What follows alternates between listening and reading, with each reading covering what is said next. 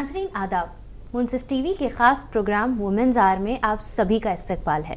ये एक ऐसा शो है जहां हम बात करते हैं उन सभी कहानियों की जो इंस्पायर करती हैं और एम्पावर करती हैं, उन्हें दिखाती है कि एक औरत चाहे तो क्या नहीं कर सकती। हर हफ्ते हम लाएंगे ऐसी चर्चाएं और ऐसी कहानियां जहां होंगी आपकी आवाज़, आपके जज्बात और आपकी पहचान की बातें। तो आइए जुड़िए हमारे साथ इस खूबसूरत सफ़र में जहां जज्बात होंगे सच्चे, बातें होंगी दिल से और हर लम्हा होगा औरत की ताकत की कहानी। आज हमारे स्टूडियो में मौजूद है एक ऐसी ही इंस्पिरेशनल कहानी डॉक्टर शाजिया परवीन की। आप एक क्लिनिकल साइकोलॉजिस्ट इंटर्न हैं निपिट इंडिया में और ADHD एडिक्शन और बिहेवियरल काउंसलिंग में माहिर है। आप एक AI driven research scholar, MCA gold medallist और ग्लोबल ट्रेनर के तौर पर लोगों से जुड़ी रहती हैं। आप अमेरिका, UAE और भारत में हज़ारों ज़िंदगियों को छुआ है जहां तकनीक, नफ्सियात और मकसद एक साथ चलते नज़र आए हैं।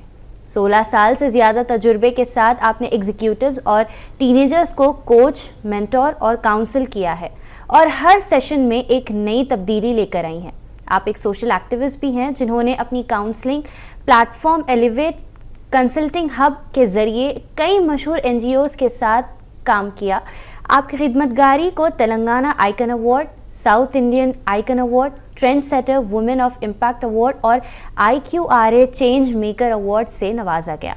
आप women's India chamber of commerce psychology council Telangana की फाउंडर मेंबर भी हैं और Times of India, Zee news समेत कई नामी मीडिया प्लेटफॉर्म्स पर फीचर हो चुकी हैं। अब आप अपनी आने वाली किताब माइटी विस्पर के ज़रिए ये मेंटल वेलनेस, टीनेज ट्रांसफॉर्मेशन और इमोशनल इंटेलिजेंस पर एक नया पैगाम लेकर आ रही हैं। डॉक्टर शाजिया, आपका बहुत बहुत इस्तकबाल है हमारे शो में।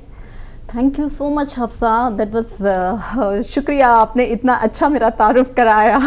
जी, तो कैसे मिजाज हैं आपके आज? जी अल्हम्दुलिल्लाह, आई थिंक आपको देखकर और अच्छे हो गए। You are such a charming personality and it's so good to be with you here today. जी, तो आपने साइकोलॉजी की दुनिया में कदम रखने का फैसला कैसे किया और आपके माइंड में ये थॉट कैसे आया कि आप ना एक रिसर्च करेंगे ADHD पेशेंट पे या एडिक्शन पे?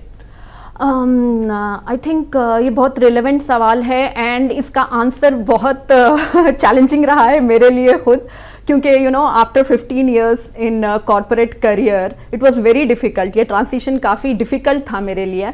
बट येस, जब मैं 12 years के बाद UAE में जब मैं सर्विस करती थी, उसके बाद जब मैं इंडिया आई और मैं NGOs के साथ काम करना शुरू कर दी, जो मैं ऑलवेज़ चाहती थी कि मैं NGOs के साथ जुड़ूँ और ग्रास रूट लेवल पे काम करूँ सबके साथ।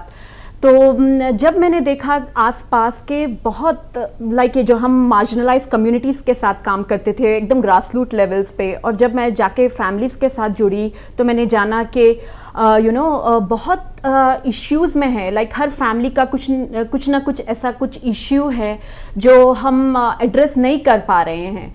And addiction and focus issues, concentration issues, substance use और अल्कोहल अब्यूज़, ऐसी चीज़ें बहुत कॉमन हो गई हैं और पीपल वेर रियली स्ट्रगलिंग। तो जब मैं कोचिंग में तो थी ही, काउंसलिंग में थी ही, लेकिन मैंने सोचा कि I should go deeper level और मैं क्लिनिकल साइकोलॉजी में अगर मैं जाती हूँ तो then I will be able to give them lot of interventions.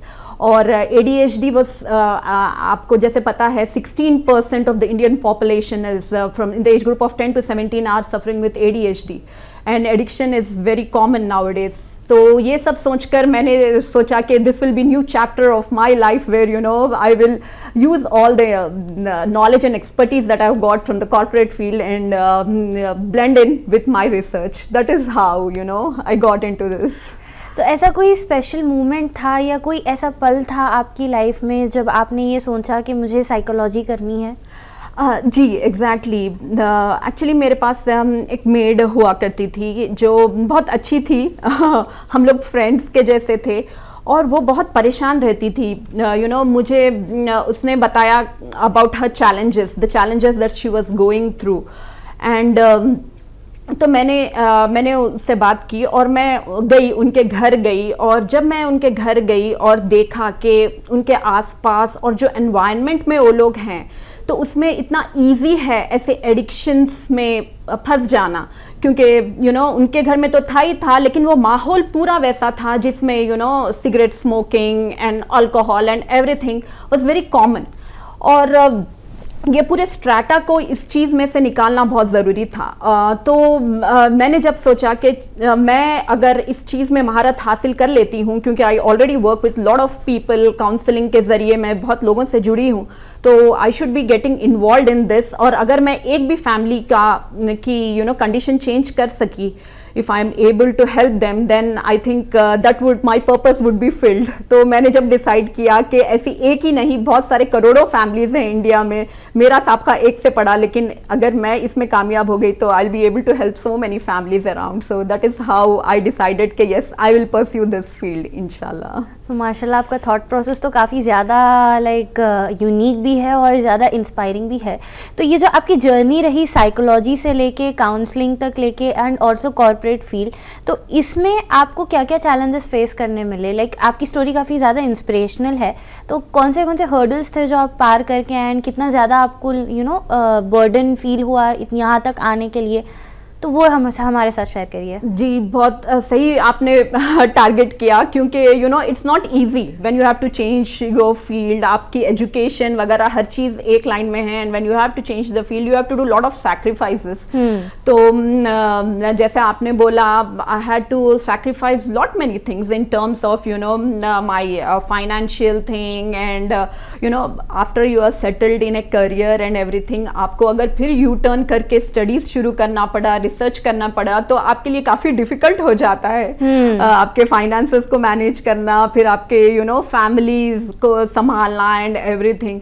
तो आई थिंक इस ज़िमन में मैं ये बोलूँगी कि हाँ, it's not very wise, and हर किसी को ये प्रिविलेज नहीं मिलता कि at one point of time when you are actually settled with everything, you go back to your studies and start doing research and studies again. That's kind of very challenging, and you can do that only when you are quite settled in your career and with your relationships and family as well। तो इस चीज़ में मैं काफ़ी lucky थी इस ज़िमन से कि because मैं ऑलरेडी काम करके आ चुकी थी, तो आई हैड दैट लेवरेज कि मैं इस चीज़ में जा सकूं। पर हाँ, चैलेंजेस तो काफ़ी आए, क्योंकि आसपास के लोग का माइंडसेट उतना इवॉल्व नहीं होता। देयर लाइक, जब आप इसमें कर सकते हो तो आपको इसमें क्यों जाना है। तो इन terms of that I think काफ़ी चीज़ें भी रही वेयर मुझे कुछ टफ डिसीजंस लेना पड़ा। I had to forgo many things, I had to forgo many relations as well, and then आगे बढ़ना पड़ा, क्योंकि पैशन का एज कि कोई वो नहीं होता। तो अगर कोई लोग समझ नहीं सकते आपका पैशन, तो आपको टफ डिसीजन लेना पड़ता है कि do you choose between them और do you choose between what you really want. तो यस, आपने सही बोला, मैंने काफ़ी टफ डिसीजंस लिए। मैंने अपनी फैमिली वगैरह को काफ़ी अलाइनमेंट में लाना पड़ा मुझे, और काफ़ी फाइनेंशियल भी मुझे हर्डल्स आए जिसको मुझे सामना करना पड़ा। बट अल्हम्दुलिल्लाह, touch wood, I think I had very supportive family, जिसकी वजह से ये सब पॉसिबल हो पाया। ओके, दैट्स वेरी गुड कि आपको फैमिली सपोर्ट था to achieve whatever you want. तो आपकी ये जो कॉर्पोरेट लाइफ थी, वो साइकोलॉजिकल लाइफ जो आप साइकोलॉजी सीखे, उसमें कैसा शेप लाया वो कॉर्पोरेट वर्ल्ड आपका? हाँ, तो मैं पहले कॉर्पोरेट वर्ल्ड में थी, और जब मैं उधर थी तो जब मेरा NLP, मैं ऑलरेडी NLP प्रैक्टिशनर थी, which is neuro linguistic programming. तो उसमें भी हम काफ़ी ये माइंडसेट के चीज़ें यूज़ करते हैं, and I have been using that in my corporate career as well. And then when तो जब मैं इंडिया आई, तो फिर मैं फॉर्मली पीयर काउंसलिंग मैंने किया, और फिर साइकोलॉजी में आई। तो जब मैं I think I was very blessed, क्योंकि मेरे पूरे बड़े बड़े companies like ADP, Emirates airlines, Dubai port जैसे कंपनीज के साथ मैंने काम किया, और मैंने हर चीज़ से सीखा कुछ। और वो एक्सपीरियंस जो मुझे हुआ, क्योंकि I was working with HOBMs like head of businesses and CEO level people, and इनके साथ जब आप काम करते हैं तो आपको एक बहुत डिफरेंट पर्सपेक्टिव मिलता है कि of how things should be. आपका बोलते हैं ना, वो माइंडसेट बहुत खुल जाता है। You get a lot of आप में खुद इतनी तब्दीलियां आ जाती हैं कि आप बहुत इंस्पायर्ड हो जाते हो जब आप ऐसे लोग के इर्द गिर्द रहते हो जी। तो आई थिंक वो मैं अपने आप को खुशकिस्मत समझती हूँ कि I work with best of the best, and वो पूरे एक्सपीरियंसेस जो मैंने लर्न किए with good people and with not so good people, इन सब के साथ मैंने वर्क किया, अच्छे मैनेजर्स और बुरे मैनेजर्स, अच्छे हेड्स और बुरे हेड्स। तो ये पूरे एक्सपीरियंसेस मैंने अपनी काउंसलिंग और साइकोलॉजी में यूज़ करके मैंने अपने पार्टिसिपेंट्स को इंटरवेंशंस देना शुरू किया अपने ट्रेनिंग में, अपने कोचिंग में, काउंसलिंग में, जिसकी वजह से आई थिंक अल्हम्दुलिल्लाह इवन अगर वो कोई बुरे रास्ते पे चले गए तो फिर वापस पलट के आने में एक बहुत बड़ा उनका खुद का वो रहा है। इट्स नॉट के हमने कुछ किया, बट उनका माइंडसेट खुद हम चेंज कर सके, which I think is one of the best thing that could be done with counselling and coaching. तो ये मैं बोलूँगी कि ये एक्सपीरियंसेस मेरे लिए बहुत ज़्यादा इम्पॉर्टेंट रहे हैं। तो जैसे हमने स्टार्टिंग में आपके इंट्रोडक्शन में ये देखा कि आपने ADHD एंड एडिक्शन को अपना टॉपिक चुना फॉर रिसर्च, तो क्या ये एक कोई इंस्पिरेशन मिली आपको या क्या वजह है कि आपने ये स्पेसिफिक टॉपिक चुना? जी, बहुत अच्छा आपने बोला कि ये क्यों मेरा बैकबोन बना ऑफ द रिसर्च। तो इफ़ यू सी सिर्फ इंडिया में 16% of children they are facing, school going children are facing ADHD issues, और being a trainer for Gen Z and coaching and counselling so many people, what I realise is the top जो ये लोग काफ़ी growth mindset के already हैं, लेकिन एक चीज़ पे फोकस नहीं कर पाते। They are unable to focus on specific thing, क्योंकि अगर पूरी एनर्जी एक चीज़ पे डायरेक्ट हो जाए तो फिर they can really do wonders, but this is a common problem because attention and focus issues, even we struggle with it, बच्चों को तो छोड़ ही दें आप, even बड़े लोग को भी प्रॉब्लम होता है। Even that was the issue with me also. I used to do 1,000 things and was not really sure what should be my focus. तो मैंने ये सोचा कि एक्चुअली इसका रूट कॉज क्या है, ये अगर हम फिगर आउट कर सके तो we can design interventions around it, we can design interventions around it, and this is something that impacts not people just with disabilities but common people like children. अगर हम काफ़ी बच्चों के साथ काम करते हैं और उनसे हम पूछते हैं कि what is that one thing अगर आपको मिल जाए तो आपको लगता है आपकी लाइफ इंप्रूव हो, तो वो बोलते हैं कि मुझे ऐसी कोई चीज़ मिल जाए जिससे मेरा फोकस और कंसंट्रेशन अच्छा हो सके, मैं क्लास में फोकस कर सकूं। तो हम day in and day out ऐसी चीज़ें देखते हैं कि बच्चे खुद एक्नॉलेज करते हैं कि we are unable to focus, we are unable to concentrate, क्योंकि आजकल की लाइफ में आपको पता है कि कितने डिस्ट्रैक्शंस हैं। So based on that and based on my experiences working with in NIPID, talking to so many families who come there with their problems, I found this common thread कि अगर attention and focus का issue resolve हो सके तो आई think that will be not only just for people with disabilities but for everyone around us, because we all face this issue day in and day around, and that's become one of the most common issue for the school going children as well as the teenagers, and that prompted me to take up this research. तो आपका research project है and जो इसमें आपने gap address किया है, इससे कौन सी ऐसी टॉपिक है जो लोग काफ़ी ज़्यादा अनदेखा कर रहे हैं? जी बिल्कुल, आपने एकदम राइट डायरेक्शन में पॉइंट आउट किया. What I feel is like having worked in UAE and having worked in India, what I realized is the difference is, UAE में when you talk about other countries, चाहे US हो चाहे UAE हो, उधर क्या issue होता है, जैसे कि बच्चे हैं एंड दे अगर उनके ऊपर कुछ हो तो they can directly call up and से कि हमारे साथ कुछ हो रहा है. तो पेरेंट्स के पास उतना वो नहीं होता है कि उनको एक सही रास्ता दे सके, क्योंकि उधर का माहौल थोड़ा डिफरेंट है. लेकिन फिर भी उधर काफ़ी जैसे कि कम्युनिटी सेंटर्स वगैरह काफ़ी हैं जिससे एक उनको सर्कल मिलता है बच्चों को. Right kind of circle is already there. Whereas जब मैं इंडिया में आई तो मुझे ये नोटिस में आया कि फैमिलीज के अंदर काफ़ी इश्यूज हैं, लेकिन and reason the root cause I feel was because कि उनको एक सोशल सर्कल नहीं है, एक सोशल स्किल्स ग्रुप जो रहना चाहिए उनके आसपास वो नहीं है, और वो हम एड्रेस कर सकते हैं. ये gap I feel should be address, because if this is not addressed, then what will happen is this will actually bifurcate. The issue will go into different families in the form of addiction, in the form of speech issues, in the form of a lot many things that creep up into the family because of this. क्योंकि अगर आप social नहीं है तो आप कोई और तरीका ढूंढोगे, तो आपको फ़ोन मिलेगा, आप स्पोर्ट्स में नहीं हो तो आपको कुछ और चाहिए होगी to get that release of dopamine, right?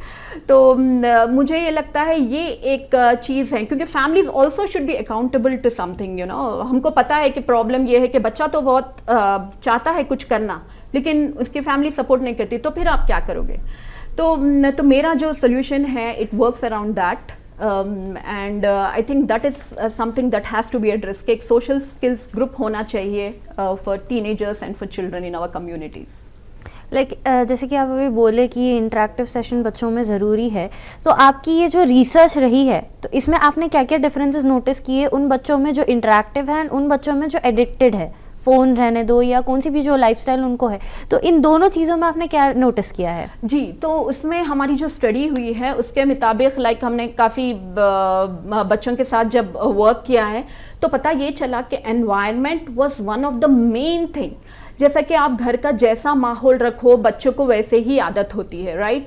अगर आपकी फैमिली में ही स्पोर्ट्स रिलेटेड और फिजिकल एक्टिविटीज़ के रिलेटेड उतनी इंपॉर्टेंस नहीं दी जाती तो नेचुरली बच्चे विल फील के okay, it's okay to be on devices all the time. अगर उनको आप कोई कॉम्पिटिशन्स में, कोई ड्रामाज में, कोई ऐसी उनको चीज़ हो जिसमें मैं ऑलवेज ये बोलती हूँ कि बच्चों को अगर हम ऐसी चीज़ फिगर आउट कर सके वो the thing which is more interesting than their devices, मतलब ऐसी कोई चीज़ उनके सामने हो जो देखकर वो बोले कि मुझे अपना डिवाइस रखना है और मुझे ये करना है. इतनी इंटरेस्टिंग अगर आप कोई चीज़ फिगर आउट कर लेते हैं बच्चों के लिए तो फिर आई थिंक आधा प्रॉब्लम सॉल्व हो गया. उसके बाद फिर आपको बस उनको वो करना है, मीनिंग उनको थोड़ा मोटिवेट करना है, इंस्पायर करना है फ्रॉम इनसाइड आउट. मोटिवेशन तो ऐसी चीज़ है कि जो थोड़ी देर में चले जाती है, but if they are automatically inspired from inside then they will be constantly going on in that particular direction and they will be able to achieve all that what they had always wanted. तो the key difference, जैसा आपने पूछा, की difference ये है कि वो किन लोगों में बैठते हैं, उनका सर्कल क्या है. तो आई वुड से कि अगर बच्चे का एनवायरनमेंट चेंज हो गया तो वो automatically from one group to another group आने में उसको ज़्यादा देर नहीं लगती, right? So that's the main difference, and I feel we can help such communities by bringing this circle together. People who don't do that much and people who do so much. If we can get them together, then that can be a good breakthrough, I think. That's actually true. तो ये जो आपकी success story है, तो इसमें आपका जो emotional transformation है वो आप अपने जो अचीवमेंट्स है उसको कैसे देखती हैं आप? आपका विजन क्या है उस चीज़ में? जैसे कि अभी इतना सब हासिल करना एक इमोशनल ट्रांसफॉर्मेशन होता है, and then there are few people जो इमोशनल ट्रांसफॉर्मेशन और जो अचीवमेंट्स है उसके चलते जो है बहुत ज़्यादा उनके अंदर घमंड आ जाता है. तो आपके इस चीज़ में कैसे विजन है ये हमें बताइए. जी, I think it's all a matter of luck. अल्हम्दुलिल्लाह आई वॉज लकी कि मेरे साथ थोड़ी कुछ ऐसे चीज़ें हुए मेरी लाइफ में, ऐसे सर्कमस्टांसेस हुए कि मैं आज इधर हूँ. और जब ये हुए थे मेरे साथ, जब मुझे दुबई छोड़ना था, तो मैं बिल्कुल ही I was not at all happy. In fact I thought that I will not be able to handle it. But looking back, I could connect the dots and see why this all happened, because I was meant to be here. I was meant to be helping so many people, so many parents, so many teenagers who are struggling with addiction, who are struggling with focus and concentration issues. तो I think घमंड वैसी चीज़ें तो मेरे तो दिमाग में भी नहीं आती, क्योंकि I think हम जो बनते हैं वो because of the people around us. तो जो मुझे सपोर्ट मिला अपनी कम्युनिटीज़ से, जो लोगों ने मुझ पर ट्रस्ट किया, जो पेरेंट्स और फैमिलीज़ ने मुझे अप्रोच किया, I am responsible for them. So मुझे तो इतना हम्बल होना चाहिए, मुझे तो उनको इतना देना चाहिए कि क्योंकि उन्होंने मुझ पे ट्रस्ट किया. हालांकि मैं I think it's been just 4 to 5 years that I am here in India. लेकिन इतने फैमिलीज़ को मैं हेल्प कर पाई, इतने स्टूडेंट्स की मैं मदद कर पाई, इतने पेरेंट्स के साथ मैंने इंटरवेंशंस किए, तो I can't be more thankful to God, and I think that makes me more humble rather than you know thinking about something else, क्योंकि who has time you know for all that, and I think every person who I meet I learn from them, तो there is no point of घमंड और anything, but they are helping in my journey, क्योंकि जिसका growth mindset होता है, they learn from everyone, and you know empathy आई जाती है if you're a psychologist and a counselor, so you empathize with them, so I think that's the way it is. तो ये जो आपका सोशल रिसर्च है, तो इसके चलते आप सोसाइटी में क्या क्या चेंजेस देखना चाह रहे हैं, क्या क्या तब्दीलियाँ देखना चाह रहे हैं, so that you know at least आपको ये फील हो कि मेरी रिसर्च कोई ना कोई काम में आई ऐसे? डेफिनेटली, तो मेरा जो रिसर्च प्रोजेक्ट है, it's called play buddy project, and इसका काफ़ी लाइक डिटेल में मैंने प्रपोजल तैयार किया है. So what I am to do with this particular project is have play buddy centres in each and every you know locality to make it so very common, where हम ना हर type of therapy, जैसे कि अब आप देख लें, there are so many kind of therapy, CBT है, diabolic behaviour therapy है, एंड साइकोडायनामिक थियोरी है, there are so many theories, but I want, तो मेरा ये इंटेंशन है कि why not combine all of these therapies and you know get a play therapy to our children, get drama therapy to our children and make it the best ever. So what it means is बच्चों को कुछ ऐसे engaging चीज़ें दे जिससे उनको you know they forget about all the other things, उनको इतने अच्छे interventions हम दे सकते हैं on a day to day basis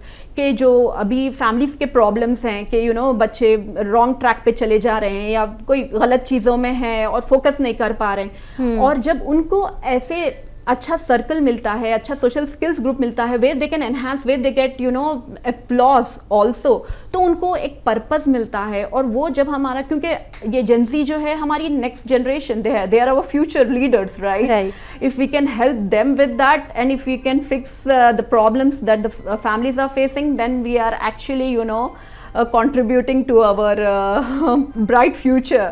Right. So I think that's the thing with my project. Inshallah, that's what I aim to achieve. Inshallah. So there's this one line that I've heard from you, that mental wellness begins with there's this line of you that mental wellness begins with a whisper, not a scream. तो इस पे आपके क्या कहना है? Like ये कोई एक पर्टिकुलर वजह है जो आपने ये लाइन रिपीट पे बोली है? इवन आपकी जो बुक भी आने वाली है उसमें भी ये लाइन देखने को मिली है कि आपने ये मेंशन किया है, तो इसके पीछे आपकी क्या सोच है? जी, हाँ, ये बहुत ही प्रोफाउंड चीज़ है एक्चुअली, जो मुझे रियलाइज़ हुई कि जब हम यू नो हम कोई भी चीज़, हम कोई ट्रांसफॉर्मेशन जर्नी पे जाते हैं, राइट? हम कुछ चाहते हैं, कुछ अचीव करना, या हम कुछ अपना रोड ब्लॉक दूर करना चाहते हैं, तो how do we do that? You know आप चाहते हैं तो है, लेकिन आप अचीव नहीं कर पा रहे हैं, so what might be the reason? तो आपको जब ना एक स्टेट में जब लाया जाए जिधर आप बहुत ही बोलते हैं ना hypnosis state is tapping into subconscious, so बहुत ही रिलैक्स स्टेट में जब आप हैं और बहुत ही आप अच्छा फील कर रहे हो, जब अगर आपको कोई ऐसी बात बोली जाए यू नो जो बहुत ट्रू हो, तो आप एकदम उसको कनेक्ट कर पाते हैं. वरना आप जो रेगुलर, अगर आप नॉइज में होते हैं और आपको कोई वही बात बोली जा रही है, you will not be able to connect, क्योंकि आप अपने you are not operating at a subconscious level. But when you are in a very relax state of mind और आपको कोई छोटी भी चीज़ बोली जाए, तो फिर आपके अंदर वो जाती है. तो even that whisper can change your mindset. तो ये होता है जब आप यू नो आपके सबकॉन्शियस को टैप कर सकते हैं. तो I feel with that particular whisper we can change so much, because आप बड़ी तब्दीलियाँ नहीं, छोटी तब्दीलियों से शुरू करो, और जब छोटी तब्दीलियाँ मिल जाती हैं तो ऑटोमेटिकली फिर बड़ी तब्दीली आ ही जाती है. तो आप साइकोलॉजी को एक प्लेफुल एंड बहुत फन सेशन बनाना चाह रहे हैं आज के इस दौर में, तो I can see that from your words that how you see psychology, क्योंकि साइकोलॉजी को ज़्यादातर लोग ना एक बहुत ऐसे सीरियस वे में डाल देते कि वो लोगों को फील हो कि अरे हम कोई पेशेंट है, हम किसी बीमारी के शिकार है। बट जो आपके रिसर्च का एंड आपका समझाने का ये अंदाज था, चाहे वो ADHD रहने दो या एडिक्शन को रहने दो, एक उसमें ना एक जॉयफुल मूड लगा हमें। तो उसका ये जो साइकोलॉजी को आप इस तरह से माउल्ड कर रहे, ये ख्याल आपके दिमाग में कैसे आया? I think I should appreciate you for all the things that you are asking me because they are so much close to my heart. जब हम the best learning, when does the best learning happens? It happens in fun. तो जब हम trainings को जाते हैं और जब हम काउंसलिंग करते हैं तो देखा ये गया है कि जब हम मजाक करते हैं ना तो हम चीज़ें बहुत जल्दी सीखते हैं, राइट? क्योंकि मेरे साथ खुद as a child I was a rebel child, मैं पूछती थी कि मेरे स्टडीज़ फन क्यों नहीं है, आखिर मुझे ये सब क्यों पढ़ना है, मैं कुछ मजाक क्यों नहीं कर सकती, मैं कुछ खेल क्यों नहीं सकती। तो मम्मी लोगों ने बोला कि अच्छा तुम बड़ी होगी ना तो तुम कर लेना सब, पढ़ाई में फन करना, सब करना, अभी तो यही है जो है।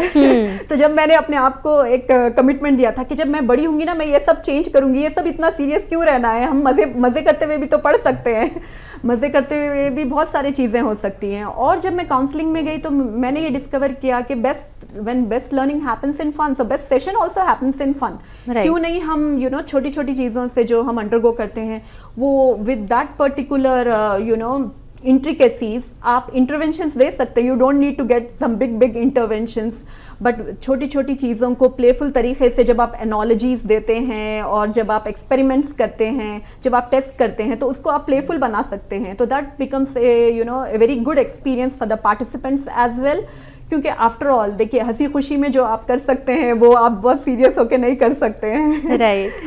तो आपका फ़िलहाल मैं बहुत बहुत शुक्र अदा करती हूँ कि आप यहाँ पर आए और हमारे साथ इतनी कीमती वक्त में इतनी सारी डिस्कशन की। तो आप एक छोटा सा मैसेज हमारे व्यूवर्स के लिए क्या देना चाहेंगे? मैं ये बोलूँगी कि आई थिंक जब भी हमारे ऊपर कुछ टफ सिचुएशन आती है ना तो हमें ये देखना चाहिए कि हम किधर घिरे हुए हैं। Sometimes changing your environment can be the thing that you just need. हर वक्त पेशेंस से काम नहीं चलता, क्योंकि मैंने देखा है कि फिक्स माइंडसेट के लोग होते हैं जो घेरे रहते हैं ग्रोथ माइंडसेट के पीपल को। तो जब क्या करेंगे, इनको ऐसा लगता है कि I am stuck, but then you find a group which can help you to get out of that situation, and then you'll be able to tackle people around you as well, right? So that is one thing, क्योंकि always there's always a way, we just need to find it. If you have that in your mind imbibed ke I will find out the way, then you will create opportunities for yourself, because there are no limits of what you can do. That's true. So I think that is something that our generation and everyone should remember, and then that can really change things for them, because after all everyone can achieve their dreams as long as they are fully committed to it and they have decided that yes, I will do it. Yes, that's for sure. तो नाजरीन, ये था हमारा आज का episode womens are, जहाँ पर हम जुड़े डॉक्टर शाजिया परवीन से और जाना कि कैसे उनकी कॉर्पोरेट लाइफ से लेके साइकोलॉजी तक का ये सफ़र उनके लिए एक हर्डल भी था, एक बैरियर भी था, और साथ ही में उन्होंने लास्ट में वो अचीवमेंट्स भी हासिल किए जो उन्हें चाहिए थे। आज के शो के लिए बस इतना ही। मिलेंगे वापस से एक नई कहानी के साथ इसी शो में। तब तक के लिए अपना ख्याल रखिए। देखते रहें मुनसिफ टीवी।